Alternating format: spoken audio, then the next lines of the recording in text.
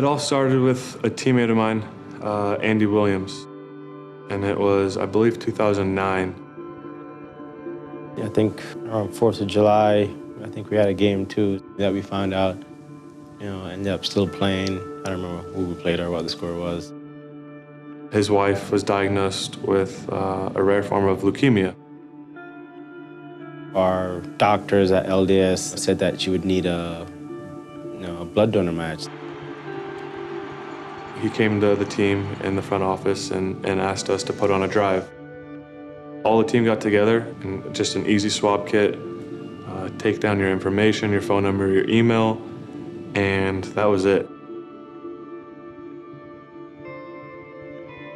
I've seen it work for my wife. People that got swabbed will be in the program for another 15, 20 years, and hopefully, they can be a match for somebody else. End up getting traded to Philadelphia and then traded out here. 3, 4 years passed without updating any sort of information.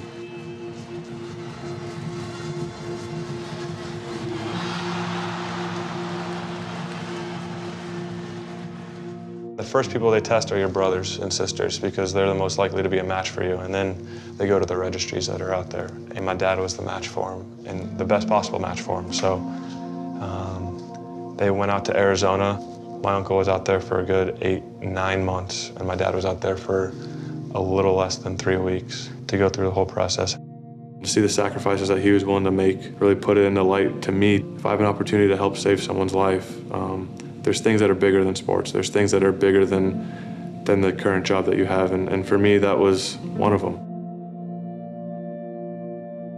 One day I was in my game room playing video games, and I received an email, and the email basically said, "You're a match."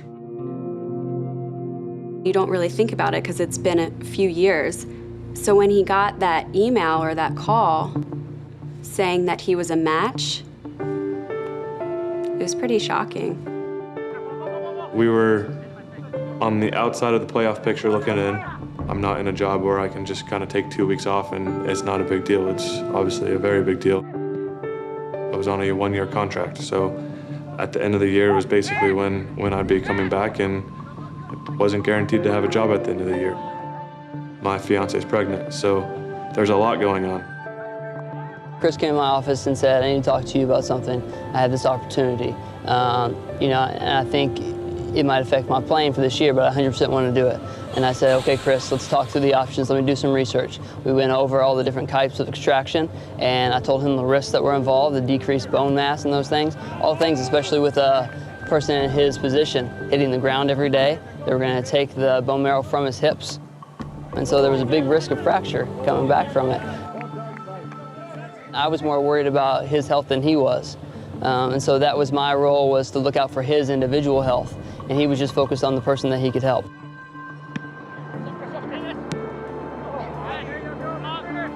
All I remember reading was the procedure itself and what they had to do, basically using the term drilling to get this marrow out.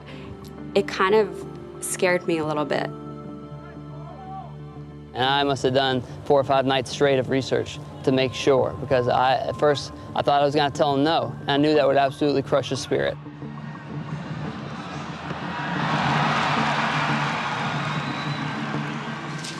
Just boarded the airplane, getting ready to take off. Next stop, surgery. Chris dives on this area 1,000 times a day in training.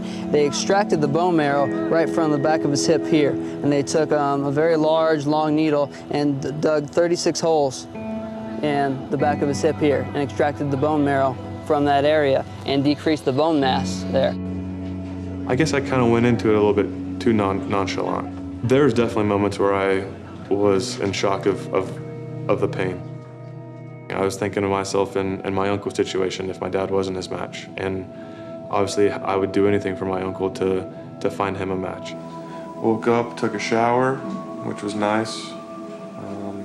Took off all the bandages and wraps and everything, and now I just have 2 little Band-Aids covering up the holes. It's been pretty good. Talked to the doc, got the green light to head home today. Finally made it to Dallas in the car with my beautiful fiance.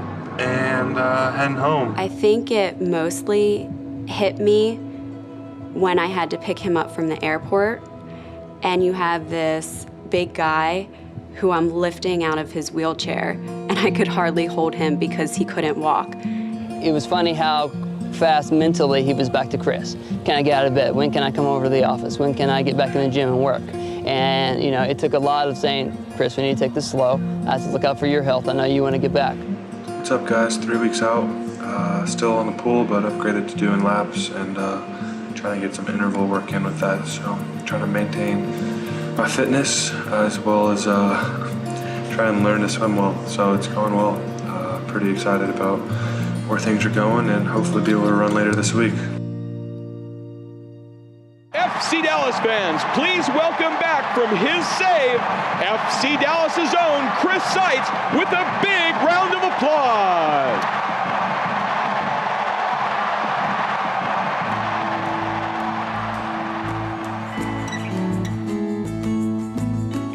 For me to get a call and hear that he's back at work part-time, it makes you know that everything that you sacrificed, everything you went through for this man is helping him get his life back on track. I'm so grateful that FC Dallas actually allowed him to do this, because people don't understand that finding a match could be difficult for a lot of people.